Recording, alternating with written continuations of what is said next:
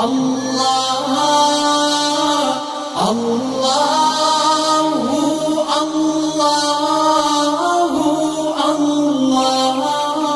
بسم اللہ الرحمن الرحیم۔ السلام علیکم ورحمۃ اللہ وبرکاتہ۔ رب اشرح لی صدری ویسر لی امری واحلل عقدۃ من لسانی یفقہوا قولی۔ رب زدنی علما رب یسر ولا تعسر وتمم بالخیر۔ ربنا اتمم لنا نورنا واغفر لنا انک علی کل شیء قدیر۔ اچھا جی، اس کے بعد یہاں سے دوسرے پارے کا آغاز ہو رہا ہے، اور یہ اس کا آغاز تحویل قبلہ کے اعلان سے ہوتا ہے، یعنی تحویل قبلہ کا مقصد جو ہے وہ بھی واضح کر دیا گیا ہے کہ امت مسلمہ جو ہے اس کو امت وسط قرار دیا، دنیا کے اندر حق کی قولی اور عملی شہادت پیش کرے، یعنی کہ اعلان کر دے کہ اللہ اور اس کے رسول صلی اللہ علیہ وسلم اور ان کا دیا ہوا نظام برحق ہے، اور اس نظام کو عملاً قائم کرنے کی سعی اور جد و جہد کرے۔ اللہ تعالیٰ کیا فرماتے ہیں یہاں پہ کہ نادان لوگ ضرور کہیں گے، سیقول السفہاء، نادان لوگ ضرور کہیں گے انہیں کیا ہوا کہ پہلے یہ جس قبلے کی طرف رخ کر کے نماز پڑھتے تھے اس سے یکا یک پھر گئے۔ تو اے نبی صلی اللہ علیہ وسلم، ان سے کہو مشرق اور مغرب سب اللہ کے لیے ہیں، اللہ جسے چاہتا ہے سیدھی راہ دکھا دیتا ہے، اور اسی طرح تو ہم نے تمہیں ایک امت وسط بنایا ہے تاکہ تم دنیا کے لوگوں پر گواہ ہو اور رسول تم پر گواہ ہو۔ پہلے جس طرف تم رخ کرتے تھے اس کو تو ہم نے صرف یہ دیکھنے کے لیے قبلہ مقرر کیا تھا کہ کون رسول کی پیروی کرتا ہے اور کون الٹا پھر جاتا ہے۔ یہ معاملہ تھا تو بڑا سخت، لیکن ان لوگوں کے لیے کچھ بھی سخت نہ ثابت ہوا جو اللہ کی ہدایت سے فیض یاب تھے۔ اللہ تمہارے اس ایمان کو ہرگز ضائع نہ کرے گا، یقین جانو کہ وہ لوگوں کے حق میں نہایت شفیق اور رحیم ہے۔ یہ تمہارے منہ کا بار بار آسمان کی طرف اٹھنا ہم دیکھ رہے ہیں، لو ہم اسی قبلے کی طرف تمہیں پھیرے دیتے ہیں جسے تم پسند کرتے ہو، مسجد حرام کی طرف رخ پھیر دو، اب جہاں کہیں تم ہو اسی کی طرف منہ کر کے نماز پڑھا کرو۔ نبی پاک صلی اللہ علیہ وسلم نے دنیا میں اپنی زندگی کا ہر لمحہ جو ہے اس فرض کی ادائیگی میں لگا کر اپنی شہادت پیش کر دی تھی، روز محشر بھی گواہی دے دیں گے۔ امت مسلمہ اب سوچ لے، مجھے اور آپ سب کو سوچنا ہے ہم اس فرض کو کیسے ادا کر رہے ہیں، یعنی جو فرض منصبی جس کے لیے ہمیں امامت عطا کی گئی، جس کے لیے ہمیں کھڑا کیا گیا، اس کی ظاہر ہے ہم سے بھی پوچھ ہوگی، تو ہمیں یہ چیز سوچنی ہے کہ ہمارا طرز عمل جو ہے اس نظام کے قابل عمل ہونے کی گواہی دے رہا ہے یا کچھ اور چیز ہے۔ اور سب سے بڑی چیز مجھے اور آپ سب کو جو سوچنی ہے، اور جو چیز بہت ہی ڈرا دینے والی ہے، کہ ہم روز محشر نبی اکرم صلی اللہ علیہ وسلم کا سامنا کیسے کریں گے۔ یعنی یہاں پہ امت مسلمہ کو یاد کرایا جا رہا ہے کہ پورے کرۂ ارض کی قائد، رہبر اور رہنما ہے۔ ہمیں یہود و نصارہ کی پیروی نہیں کرنی، بلکہ ہمیں تو ان کو بھی راہ حق کی طرف دعوت دینی ہے۔ پھر اس کے بعد جو ہے اب یہاں پہ کچھ آیات آ رہی ہیں تحویل قبلہ کے بارے میں، اہل کتاب کے پھر منفی رویے کا ذکر ہے، اور اللہ تعالیٰ مسلمانوں کو پھر یاد دلاتا ہے کہ حضرت ابراہیم کی دعا قبول کرتے ہوئے تمہاری طرف اپنے محبوب نبی صلی اللہ علیہ وسلم کو بھیجا، جو تمہیں اللہ کا کلام پڑھ کر سنا رہے ہیں، تمہیں شرک اور جاہلیت سے پاک کر رہے ہیں، حکمت اور مہارت سے تمہاری تربیت کر رہے ہیں۔ تو یہ چیز ساری جو ہے نا، تمہیں اس پر غور کرنا ہوگا، اور کل کو ان ساری چیزوں کی پوچھ بھی ہوگی، تمہارے ہر عمل کی تم سے پوچھ ہوگی۔ اللہ تعالیٰ یہاں پہ کیا فرما رہے ہیں، آیت نمبر 144، کہ یہ لوگ جنہیں کتاب دی گئی تھی خوب جانتے ہیں کہ تحویل قبلہ کا یہ حکم ان کے رب ہی کی طرف سے ہے اور برحق ہے، مگر اس کے باوجود جو کچھ یہ کر رہے ہیں اللہ اس سے غافل نہیں ہے۔ تم ان اہل کتاب کے پاس کوئی نشانی لے آؤ، ممکن نہیں کہ یہ تمہارے قبلے کی پیروی کرنے لگیں، اور تمہارے لیے یہ ممکن ہے کہ نہ تمہارے لیے ممکن ہے کہ ان کے قبلے کی پیروی کرو، اور ان میں سے کوئی گروہ بھی دوسرے قبلے کی پیروی کے لیے تیار نہیں ہے، اور اگر تم نے اس علم کے بعد جو تمہارے پاس آ چکا ہے ان کی خواہشات کی پیروی کی تو یقیناً تمہارا شمار ظالموں میں سے ہوگا۔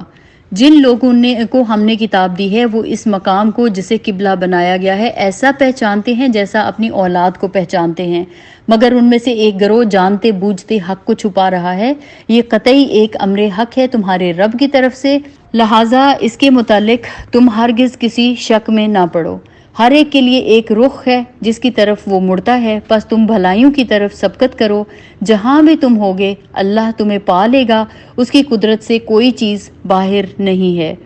اب یہ چیز جو ہے نا، عرب میں ایک محاورہ بولا جاتا ہے نا، یعنی جس چیز کو انسان یقینی طور پر جانتا ہے، اس میں کسی قسم کا اس کو شک نہیں ہوتا، اس کو یوں کہتے ہیں کہ وہ اس چیز کو ایسے پہچانتا ہے جیسے اپنی اولاد کو پہچانتا ہے، یعنی جس طرح اسے اپنے بچوں کو پہچاننے میں کوئی شک نہیں ہے نا، اسی طرح وہ بلا شک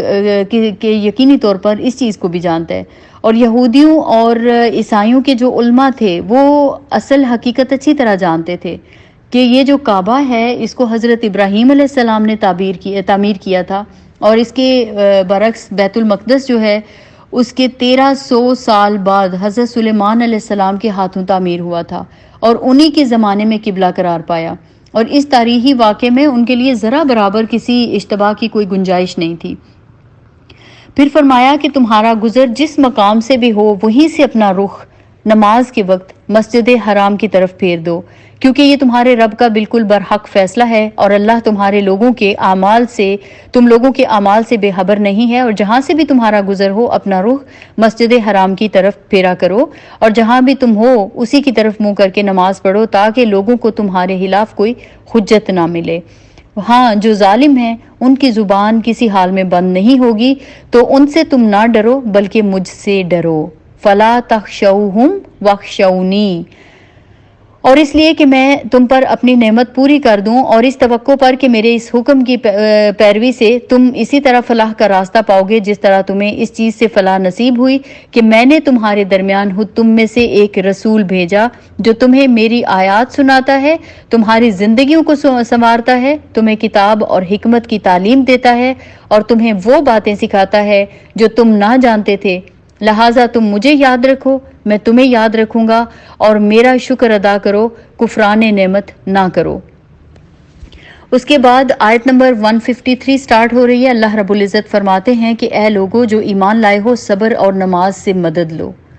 اب دیکھیں کہ کتنا زبردست ہمیں وظیفہ بتا دیا گیا نا، پریشانیوں اور آزمائشوں سے نکلنے کے لیے، ان سے لڑنے کے لیے، یعنی بتا دیا گیا کہ صبر اور نماز سے مدد لو، یعنی ایک تو صبر کرو اور نماز پڑھو۔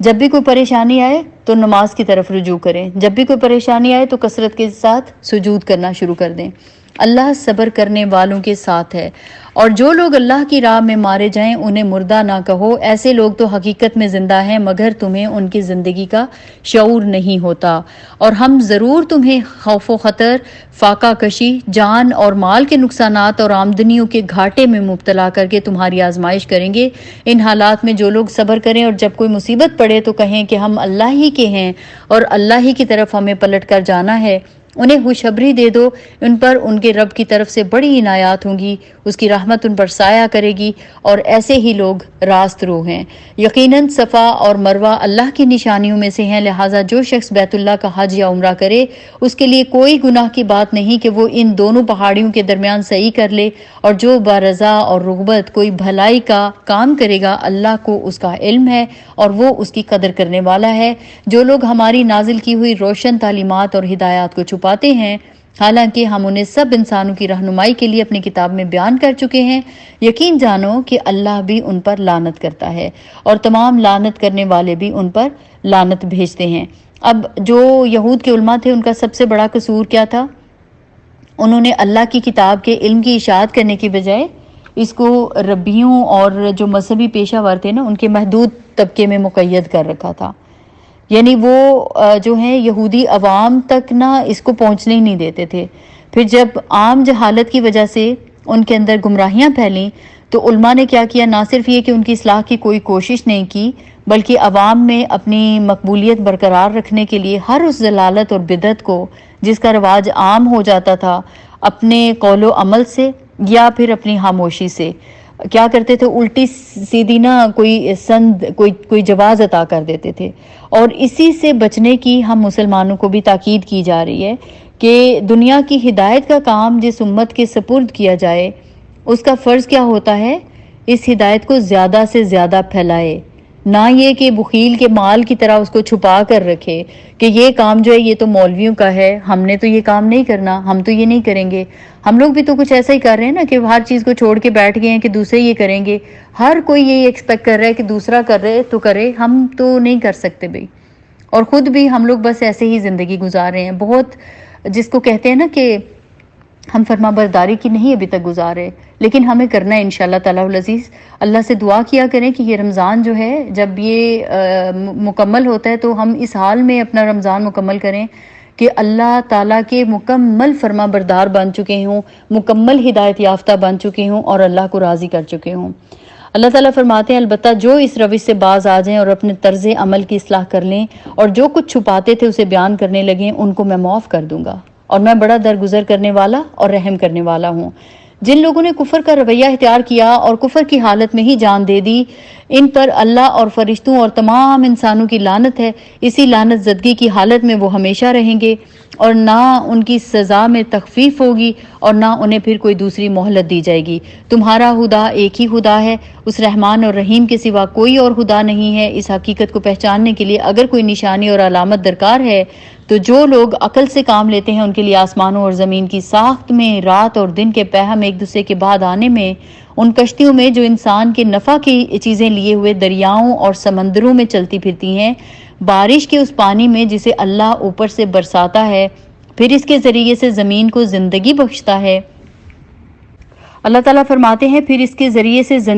زمین کو زندگی بخشتا ہے اور اپنے اسی انتظام کی بدولت زمین میں ہر قسم کی جاندار مخلوق کو پھیلاتا ہے، ہواؤں کی گردش میں اور ان بادلوں میں جو آسمان اور زمین کے درمیان تابع فرمان بنا کر رکھے گئے ہیں۔ بے شمار نشانیاں ہیں، مگر وحدت خدا بندی پر دلالت کرنے والے ان کھلے کھلے آثار کے ہوتے ہوئے بھی کچھ لوگ ایسے ہیں جو اللہ کے سوا دوسروں کو اس کا ہمسر اور مد مقابل بناتے ہیں، اور ان کے ایسے گرویدہ ہیں جیسی اللہ کے ساتھ گرویدگی ہونی چاہیے، ان کے ساتھ ایسی محبت رکھتے ہیں جیسی اللہ کے ساتھ محبت ہونی چاہیے۔ والذین آمنوا اشد حبا للہ، حالانکہ ایمان رکھنے والے لوگ سب سے بڑھ کر اللہ کو محبوب رکھتے ہیں۔ کاش جو کچھ عذاب کو سامنے دیکھ کر انہیں سوجنے والا ہے وہ آج ہی ان ظالموں کو سوج جائے کہ ساری طاقتیں اور سارے اختیارات اللہ ہی کے قبضے میں ہیں، اور یہ کہ اللہ سزا دینے میں بھی بہت سخت ہے۔ جب وہ سزا دے گا اس وقت کیفیت یہ ہوگی کہ یہ وہی پیشوا اور رہنما جن کی دنیا میں پیروی کی گئی تھی اپنے پیروں سے بے تعلقی ظاہر کریں گے، مگر سزا پا کر ہی رہیں گے، اور ان کے سارے اسباب اور وسائل کا سلسلہ کٹ جائے گا، اور وہ لوگ جو دنیا میں ان کی پیروی کرتے تھے کہیں گے کہ کاش ہم کو ایک موقع پھر دیا جاتا تو جس طرح آج یہ ہم سے بیزاری ظاہر کر رہے ہیں ہم ان سے بیزار ہو کر دکھا دیتے۔ یوں اللہ ان لوگوں کے وہ اعمال جو یہ دنیا میں کر رہے ہیں ان کے سامنے اس طرح سے لائے گا کہ یہ حسرتوں اور پشیمانیوں کے ساتھ ہاتھ ملتے رہیں گے، لیکن آگ سے نکلنے کی کوئی راہ نہیں پائیں گے۔ یہ آیت نمبر 167 یہاں پہ کمپلیٹ ہوتی ہے۔ اس میں دیکھیے کہ سب سے پہلے تحویل قبلہ، منصب شہادت پر فائز کیے جانے، اور پھر نبی صلی اللہ علیہ وسلم کی بعثت کی نعمتوں کا تذکرہ کیا گیا ہے۔ پھر اس کے بعد اللہ تعالیٰ نے مسلمانوں کو اہم ہدایات دی ہیں کہ تم مجھے یاد رکھنا، میں تمہیں یاد رکھوں گا، بنی اسرائیل کی طرح احسان فراموش نہ بننا، میری نعمتوں پر شکر گزار بننا اور ان کا حق ادا کرنا، اور اس عظیم ذمہ داری کی ادائیگی میں جو مشکلات پیش آئیں ان پر نماز اور صبر سے مدد لینا، میں تمہارے ساتھ رہوں گا۔ پھر اس کے بعد تمہیں اقامت دین کے لیے جہاد کرنا ہوگا، شہادتیں پیش کرنی ہوں گی، اور شہیدوں کو مردہ نہ سمجھنا، یہ تو ہمیشہ زندگی پا جائیں گے، ہاں تمہیں اس کا شعور نہیں ہوگا۔ اس راہ میں تم جان مال آمدنیوں کے گھاٹے سے آزمائے جاؤ گے، صبر کرنا، اللہ کو یاد کرنا، اور ایسا کرنے والوں کے لیے اللہ تعالیٰ فرماتے ہیں کہ میری رضا کی خوشخبری ہوگی، یہی لوگ اصل میں ہدایت یافتہ ہوں گے۔ پھر ایک چیز جو بتائی جا رہی ہے آگے کے یہودیوں کی پھیلائی ہوئی تشکیک سے ہوشیار رہنا، یعنی جو یہودی تمہیں شک میں مبتلا کرتے ہیں نا، یہودی جو سازشیں کرتے ہیں، یہ ان چیزوں سے بچ کے رہنا، کیونکہ ظاہر ہے ان لوگوں کو تو تکلیف ہوگی۔ تو اللہ تعالیٰ فرماتے ہیں اہل کتاب نے اللہ تعالیٰ کے احکامات کو چھپایا، حقیر دنیا کے حصول کے لیے انہیں بیچ دیا، ان کے لیے لعنت کی بوچھاڑ اور سخت عذاب ہے، الا یہ کہ توبہ کر کے اپنی اصلاح کر لیں، یعنی ان کے جیسا طرز عمل تم نہ اختیار کرنا۔ تو آج مجھے اور آپ سب کو بھی اپنے طرز عمل پر غور کرنا،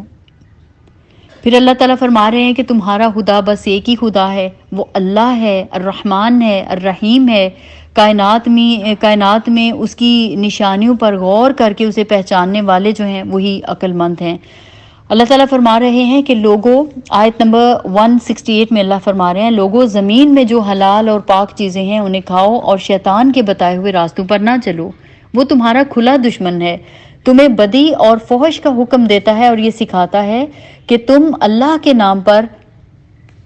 وہ باتیں کہو جن کے متعلق تمہیں علم نہیں ہے، وہ اللہ نے یعنی کہ وہ اللہ نے فرمائی ہیں۔ ان سے جب کہا جاتا ہے کہ اللہ نے جو احکام نازل کیے ہیں ان کی پیروی کرو تو جواب دیتے ہیں کہ ہم تو اسی طریقے کی پیروی کریں گے جس پر ہم نے اپنے باپ دادا کو پایا ہے۔ اب یہ جو معاملہ ہے نا باپ دادا کا، یہ بار بار یہ بات آ رہی ہے، یعنی ان پابندیوں کے لیے ان کے پاس کوئی سند نہیں تھی نا، کوئی حجت نہیں، تو وہ کیا کرتے ہیں، ایک ہی حجت رہ جاتی ہے کہ بھئی ہمارے تو باپ دادا سے یہ چلا آ رہا ہے، تو کیا وہ سب غلط تھے، وہ سب جو کرتے رہے ہیں وہ غلط تھے، بس یہ حجت رہ جاتی ہے۔ تو نادان سمجھتے ہیں کہ کسی طریقے کی پیروی کے لیے نا یہ حجت کافی ہے کہ ہمارے باپ دادا جو ہے نا وہ یہ کیا کرتے تھے۔ تو اللہ تعالیٰ فرما رہے ہیں کہ اچھا، اگر ان کے باپ دادا نے عقل سے کچھ بھی کام نہ لیا ہو اور راہ راست نہ پائی ہو تو کیا پھر بھی یہ انہی کی پیروی کیے چلے جائیں گے؟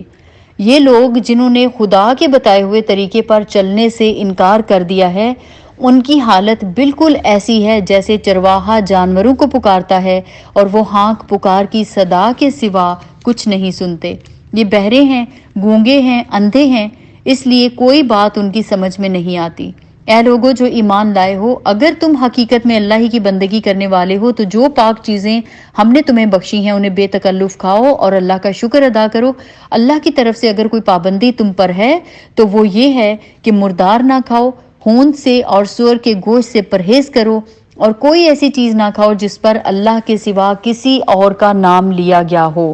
ہاں، جو شخص مجبوری کی حالت میں ہو اور وہ ان میں سے کوئی چیز کھا لے بغیر اس کے کہ وہ قانون شکنی کا ارادہ رکھتا ہو یا ضرورت کی حد سے تجاوز کر لے تو اس پر کچھ گناہ نہیں، اللہ بخشنے والا اور رحم فرمانے والا ہے۔ اب یہ جو آیت مبارکہ ہے اس میں حرام چیز کے استعمال کرنے کی اجازت جو ہے نا وہ 3 شرطوں کے ساتھ دی گئی ہے۔ ایک یہ کہ واقعی مجبوری کی حالت ہو، یعنی بھوک یا پیاس سے جان پر بن گئی ہے یا بیماری کی وجہ سے جان کا خطرہ ہے اور اس حالت میں حرام چیز کے سوا اور کوئی چیز میسر ہی نہیں ہے۔ پھر دوسرے یہ کہ اللہ کے قانون کو توڑنے کی خواہش دل میں موجود نہ ہو، اور تیسری چیز کہ ضرورت کی حد سے تجاوز نہ کیا جائے، یعنی حرام چیز کے چند لقمے یا چند قطرے یا چند گھونٹ، یعنی صرف جان بچانے کے لیے، اگر اس کے علاوہ کچھ بھی دور تک جو ہے وہ میسر نہیں ہے اور کوئی چانسز بھی نظر نہیں آ رہے ہیں تو صرف جان بچانے کی خاطر وہ بھی اتنا سا جس سے جان بچ جائے، اس سے پیٹ بھرنا مقصود نہ ہو۔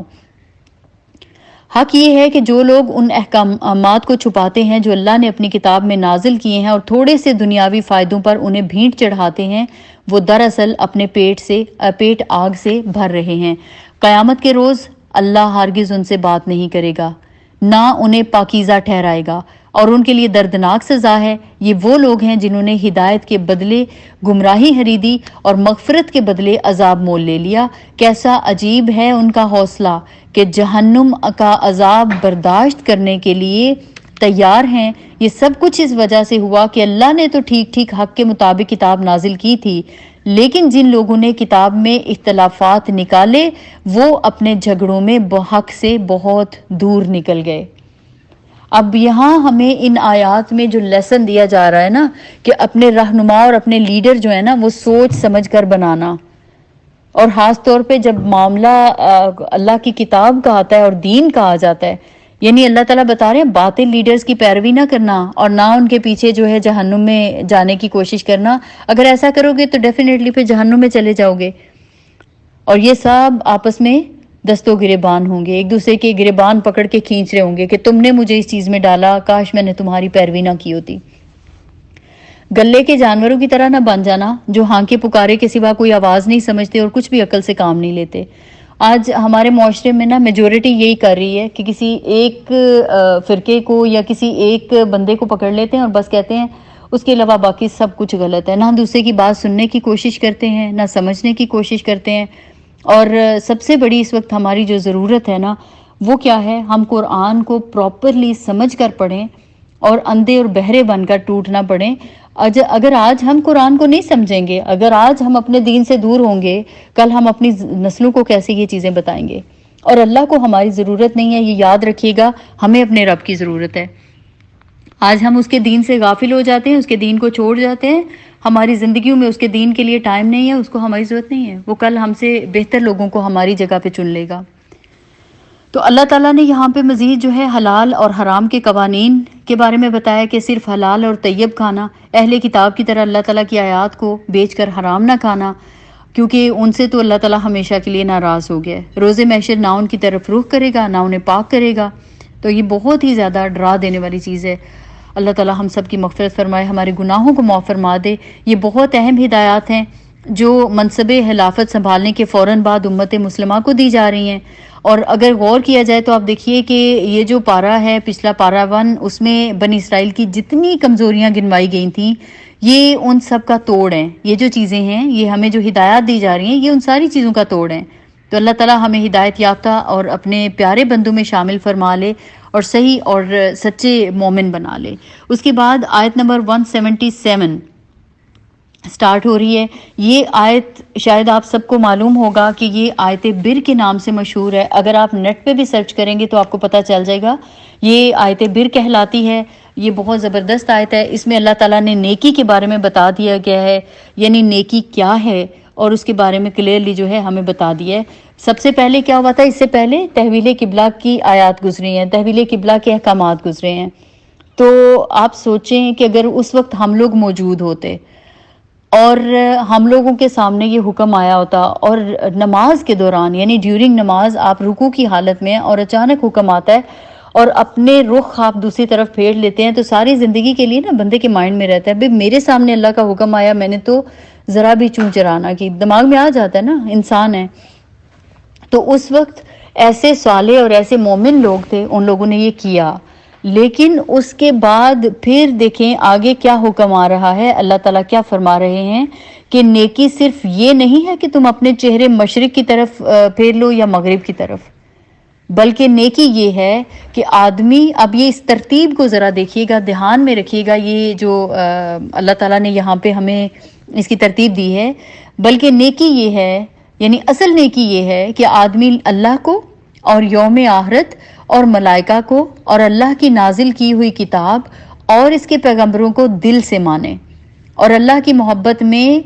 اب اس جملے پہ بھی غور کیجیے گا، اللہ کی محبت میں اپنا دل پسند مال. اب یہ جو مال ہے نا، یہ زکوٰۃ کی بات نہیں آ رہی. اگر آپ پوری آیت سنیں گے نا تو آپ کو سمجھ آئے گی زکوٰۃ کا تو آگے حکم دیا جا رہا ہے، اور یہ تو وہ مال کی بات کی جا رہی ہے جو کہ آپ کا پسندیدہ مال ہے، جس سے آپ کو بڑی محبت ہے، اور اس میں بہت ساری چیزیں آ جاتی ہیں.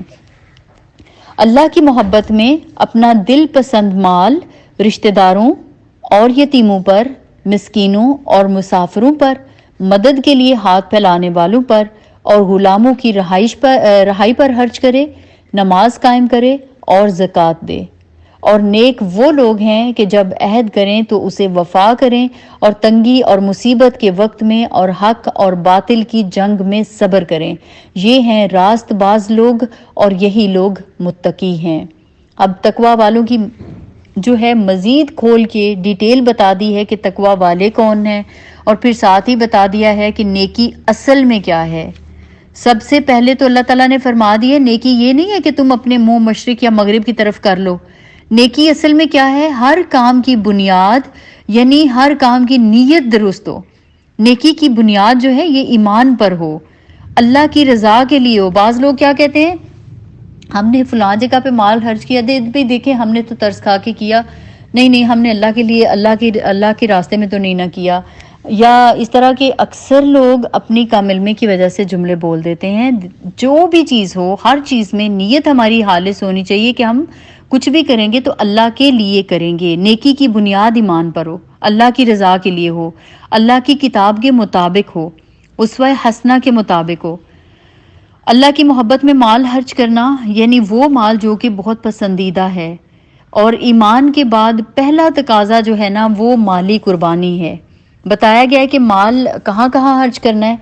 نیکی میں انسانی ہمدردی جو ہے نا وہ اولین چیز ہے۔ اچھا، اب سب سے پہلے جو ترتیب رکھی گئی ہے نا اس میں سب سے پہلے رشتہ دار آئے ہیں۔ وَآتَ الْمَالَ عَلَى حُبِّهِ ذَوِي الْقُرْبَى، اپنے قریبی رشتہ داروں میں۔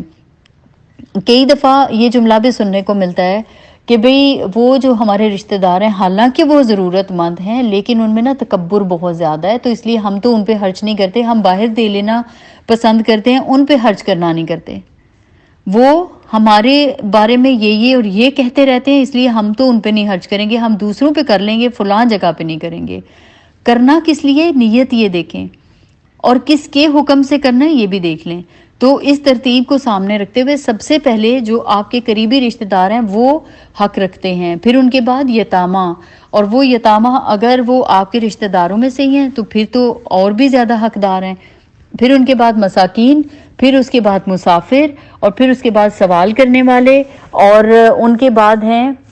جو کہ قیدی ہیں۔ اور قیدی جو ہیں، قیدی کون کون ہوتے ہیں، یعنی ایک تو جنگی قیدی ہو گئے، یا مختلف کسی جرم میں کہیں پہ قید ہیں، یا کسی وجہ سے کوئی سزا میں ہیں، قید میں ہے تو ان کو چھڑوانے کے لیے کوشش کرنا۔ پھر اس کے بعد کوئی کسی قرض میں ڈوبا ہوا ہے اور کسی قرض کی وجہ سے ظاہر ہے وہ بھی ایک قید ہے، تو کسی کا قرض ادا کر دینا، یہ بھی اس میں آ جاتا ہے، اس زمرے میں آ جاتا ہے۔ اس کے بعد بات آتی ہے نماز کی قائم کرنے کی، اور اس کے بعد زکوٰۃ، اور پھر اس کے بعد اللہ تعالیٰ نے کیا فرمایا کہ وہ اپنے عہد کو پورا کرتے ہیں، یعنی جب وعدہ کرتے ہیں تو پھر وعدہ پورا کرتے ہیں۔ اور پھر اس کے بعد کسی بھی طرح کی مصیبت پریشانی آتی ہے حق اور باطل کی جنگ میں، تو وہ کیا کرتے ہیں، صبر کرتے ہیں۔ اب حق اور باطل کی جنگ ضروری نہیں ہے کہ ایک مسلم کی جنگ جو ہے کسی کافر کے ساتھ ہو، حق اور باطل کی جنگ جو ہے یہ بھی آگے اس کی بہت ساری ڈیٹیلز آتی ہیں۔ پھر اس کے بعد یہ ہیں راست باز لوگ، یعنی یہ سچے لوگ ہیں اور یہی لوگ متقی ہیں۔